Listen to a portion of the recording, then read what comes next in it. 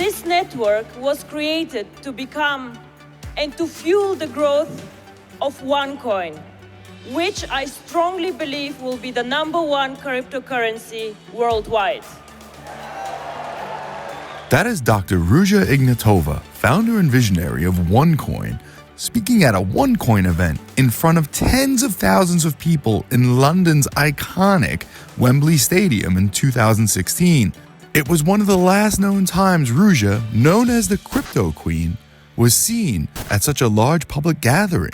She was last seen in 2017, shortly after she was put on the FBI's 10 most wanted list for her alleged participation in a large-scale fraud scheme in which OneCoin reportedly conned billions from investors worldwide. She's the biggest white-collar criminal in the world. She's the only woman on the FBI's 10 most wanted list. She's a fugitive that's been on the run for 8 years now. She's the founder of this gigantic crypto Ponzi scheme called OneCoin that she founded back in 2014. She's a German-Bulgarian national. And for a while, she was the big thing in crypto. You know, she was this glamorous Steve Jobs crossed with Elizabeth Holmes character who told the world that they too could become crypto millionaires if they followed her. But in effect, she was running a gigantic old-fashioned Ponzi scheme using cryptocurrency as the bait to get people in. She managed to steal something like, we're not entirely sure of the number, but investors put in something like $4 to $5 billion into OneCoin. That was all stolen. She is the alleged perpetrator of quite possibly the biggest cryptocurrency scam of all time. Ruja Ignatova was a nobody in the financial world. You know, she had run a failed MLM scheme previously. Other than that, she kind of came out of nowhere. Very charismatic person, you know, great saleswoman. I think that's why the scheme became so successful. Back in 2014, Ruja and an individual named Sebastian Greenwood were already involved in a different kind of Ponzi type scheme. And somewhere along the way, the two of them together came up with, let's create this new coin, OneCoin, and sell it as the next big thing to Bitcoin. And at this time, that's when Bitcoin probably saw one of its first biggest increase in interest. People were so naive to cryptocurrency at the time, it was like, why not believe it? Bitcoin was doing the same thing, right? This mystery money was just going up in value. Nobody knew how. So it was kind of believable, but too good to be true type of thing. Unlike Bitcoin, there was no public blockchain for OneCoin, but that was one of the hardest things in the initial stages of the investigation. We didn't even know what a blockchain was. Shortly after OneCoin was started, Richard was tasked with creating the IRS's cyber fraud unit. And as he was peeling back the layers to understand the crypto world, he discovered OneCoin. And for him, the whole operation sounded like a scam from the get-go. So I was literally home on the weekend just playing on the phone, subscribed to a bunch of Bitcoin websites, Facebook pages, and I got the OneCoin email and I was just like, okay, this doesn't sound right. Ran the IP address, did some homework, found out it was a career scam artist in Georgia who was trying to promote this thing. And I was like, okay, this just doesn't look right. So that literally the next day I went in the office, ran through some databases that we have and saw a lot of people buying it, a lot of banks alerting, you know, anything with cryptocurrency at that time, the banks were like, no, we're not doing it. So there was a lot of alerts on people buying this thing called OneCoin. I did a little more homework. Then eventually I go to the US Attorney's office. I'm like, hey, I think I got something here, but I'm not sure what the hell it is. Because again, like we did not know what Bitcoin or cryptocurrency really was at that time. Took some convincing, but they were like, yeah, let's get some subpoenas out and let's see what we can get out of this. And then it took its course. Fortunately, right before OneCoin, Silk Road went down. So they knew there was cryptocurrency out there that could be used for illicit purposes. People were starting to try and wrap their head around exactly what that was. Government, particularly IRS, saw the need to understand cryptocurrency very early on and also realized we did not have the knowledge base, so we had to partner up with private sector in order to understand this completely. At the time, Chain Analysis, their cryptocurrency forensics company, they created software to follow the blockchain transactions. Got them in, they trained a bunch of us on how to understand the blockchain, how to trace cryptocurrency transactions. And obviously we didn't find any OneCoin transactions, but they got us to understand how to explain the blockchain to other people, how to search transactions, not only on the blockchain, but using their tool. And IRS took a very aggressive approach in getting a lot of agents trained on that very early on. And even today, I would say they're at the forefront of investigating cryptocurrency. While Richard was building his case for the IRS, the crypto world was taken aback by Ruja and her charm and intelligence. Well, Dr. Ruja was incredibly clever. I spoke to her former teacher, one of the smartest kids they'd ever taught. She was the top of every class, absolute whiz kid, PhD in international law, scholarship to Oxford University. She worked at McKinsey's for a while in finance. She really knows the world of finance inside out. She knows how to move money around. But the important thing here is that OneCoin was not a cryptocurrency.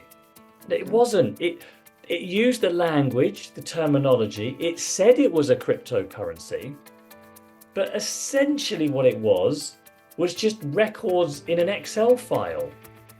Let's say you buy 1,000 OneCoin, and I just type in to my Excel file that you now own 1,000 OneCoin, and it's on my. But that's nothing. It's meaningless. Bitcoin has some value because it's placed on this universally understood public access ledger that everyone can check, and millions of people do, and you can see it there and you can see where it goes. OneCoin was just essentially a database controlled by Ruja. So she could just delete it. There was zero value behind any of it. It was worthless. But she used the terminology, the hype, talked about it in the same way. So people just took at face value that this was another cryptocurrency. And I'm guilty of it because I call her the missing crypto queen, but she should be called the missing Ponzi queen or the missing Excel file queen, really, because it wasn't a cryptocurrency. It was just a Ponzi scheme where she was selling nothing to people but thin air and hype. But people were buying it because they bought into the idea of Bitcoin. OneCoin took off at exactly the right moment. Just as Bitcoin was taking off for the first time in 2015, 16, 17, and everyone's getting excited for the first time, and Bitcoin went up to $20,000. That's when OneCoin took off as people tried to get the next Bitcoin. She basically said to investors, OneCoin is the next Bitcoin, but it's very cheap at the moment to buy. So you invest in OneCoin right now and it's going to go up in value like Bitcoin has. And she said one day you'll be able to sell it on a normal market, on an exchange site. And she said we're going to be listed on one of those and you can turn all of the OneCoin you're buying into dollars and euros and pounds and whatever. But not yet. You've got to wait a few months. So people start buying these OneCoin. And she said, but there's another way of making money as well. You sell OneCoin to your friends and family, and you can get a commission on how much they buy. So if your brother buys $5,000 worth of OneCoin, you'll get $500 yourself. And so people were building up these pyramids of sellers that were selling to each other and recruiting more people, and making real money because they were getting paid real money in commission.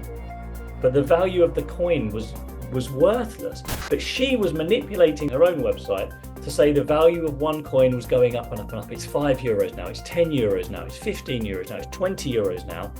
But they were just entries on her website. It was all nothing. There was nothing to what she was selling. But people would have it in their accounts. They'd log in. They'd see that they've bought 1,000 OneCoin. They'd see the price of OneCoin going up. They'd buy more OneCoin, but they could never sell it again because there was nothing to sell. This is why it spread so quickly. It was to combine multi-level marketing with a fake cryptocurrency as the product. And it just spread like wildfire all around the world. I mean, we're talking about a company that grew from zero to €1 billion revenue in 18 months. Once Richard uncovered what Ruja was doing, he contacted his superiors and the U.S. Attorney's Office. Suddenly, during his investigation, a golden goose arrived at the FBI office in South Florida on an unrelated case. This guy wanted to try and I think he was trying to help his brother. He's like, I know this guy, Gilbert. You guys might want to know some information about him. Had nothing to do with OneCoin. He just knew in his mind, this Gilbert guy was dirty. Gilbert was Ruja's boyfriend, Gilbert Armenta.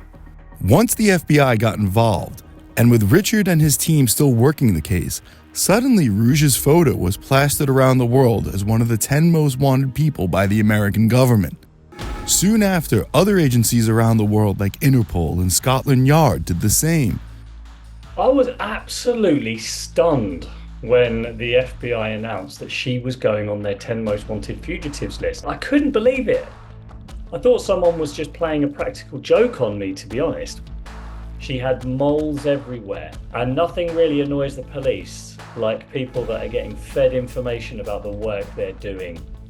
The US authorities were very close to catching her, but what they maybe didn't realize is that her moles were telling her what was going on with the investigations. So she managed to disappear just before they got her, which probably annoyed the hell out of them, and is another reason that they're absolutely determined to get her.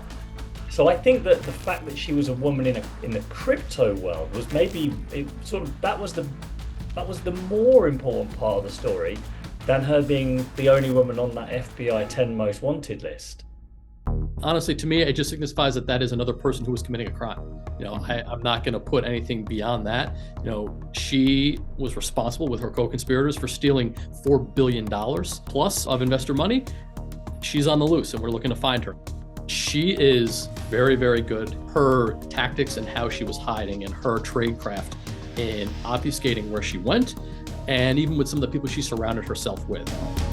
Ruja was last seen in 2017, and no one has heard from her since. All they knew is she hopped on this air flight, went over to Greece, told the bodyguard to go back to Bulgaria, and she was gone. So not even the bodyguard would know.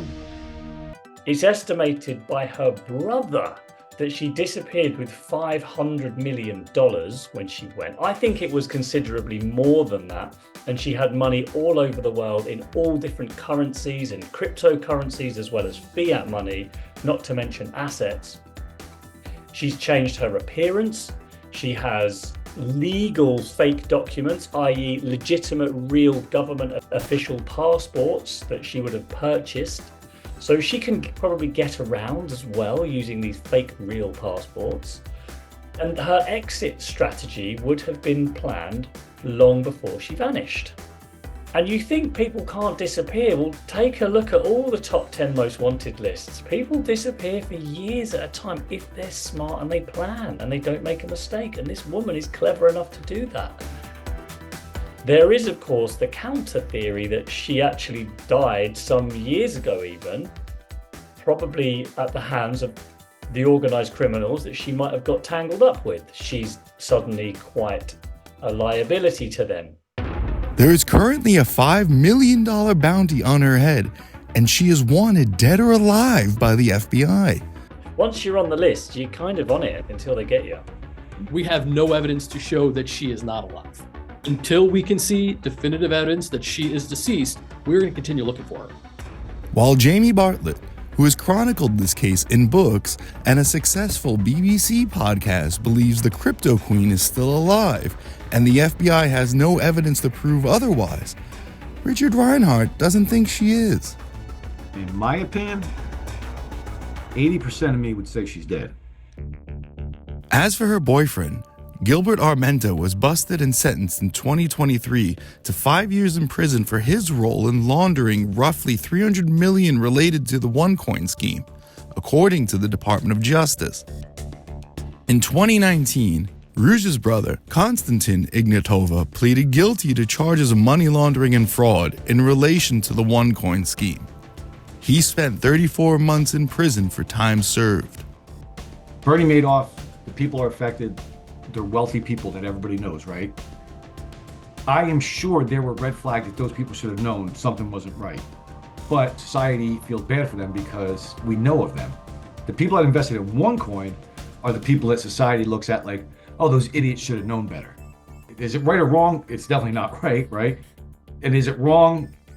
Sometimes when it looks too good, sounds too good, probably is too good to be true type of thing. That's what this was. Like when I did the undercover to buy a OneCoin package, it took everything I had not to laugh because it was just so unreal. And just didn't make no sense whatsoever. Like the guy had me spin like the Wheel of Fortune type of wheel, and I'd get quadruple the times of my tokens if I landed on 50%. And it was just, it made no sense. So should you have known? Yes. But again, you know, less educated people, that played into a lot of people's belief. I know for the US, a lot of it was little church groups in the South, out in Texas. Any of the people I interviewed on the East Coast, you know, they just heard it from a friend that they believed. Almost like, you know, old school penny stock schemes when your brother or sister comes home, hey, my friend told me, you know, XYZ Corp's gonna blow up. We should all put in $5,000 and we'll be loaded. It's kind of like that to a bigger scale. I don't think she was the main salesperson. It was all these other people that met in these little groups, especially church groups. Like you believe somebody in your church. I really hope that anyone listening does remember, all of us, especially the people who think we're pretty smart, we are susceptible to crypto scams like OneCoin. People like Dr. Ruja are genius manipulators of human psychology. This isn't about tech, it's not about fancy blockchains, it's about people like Ruja understand human psychology and human cognitive weaknesses brilliantly, and they know how to play you. They know how to touch you. They know how to move you emotionally. They know how to convince you to make silly decisions in the moment. That's what this scam is really all about. And every day, thousands of Americans and tens of thousands of people around the world are losing money to basic scams because they're falling for the same stuff that Dr. Ruja did 7 years ago. And by the way, there are people in the world who still believe in OneCoin. It is still being promoted in developing world countries. People are still buying it because they still want to believe they're going to get rich. This remains an active investigation. We are still actively looking for her. So obviously, if anyone has any information, we're looking to hear that, and we want to have those leads, you know, no matter how big, how small they might seem, because even if they feel small to you, when we piece them together, they may turn into something larger.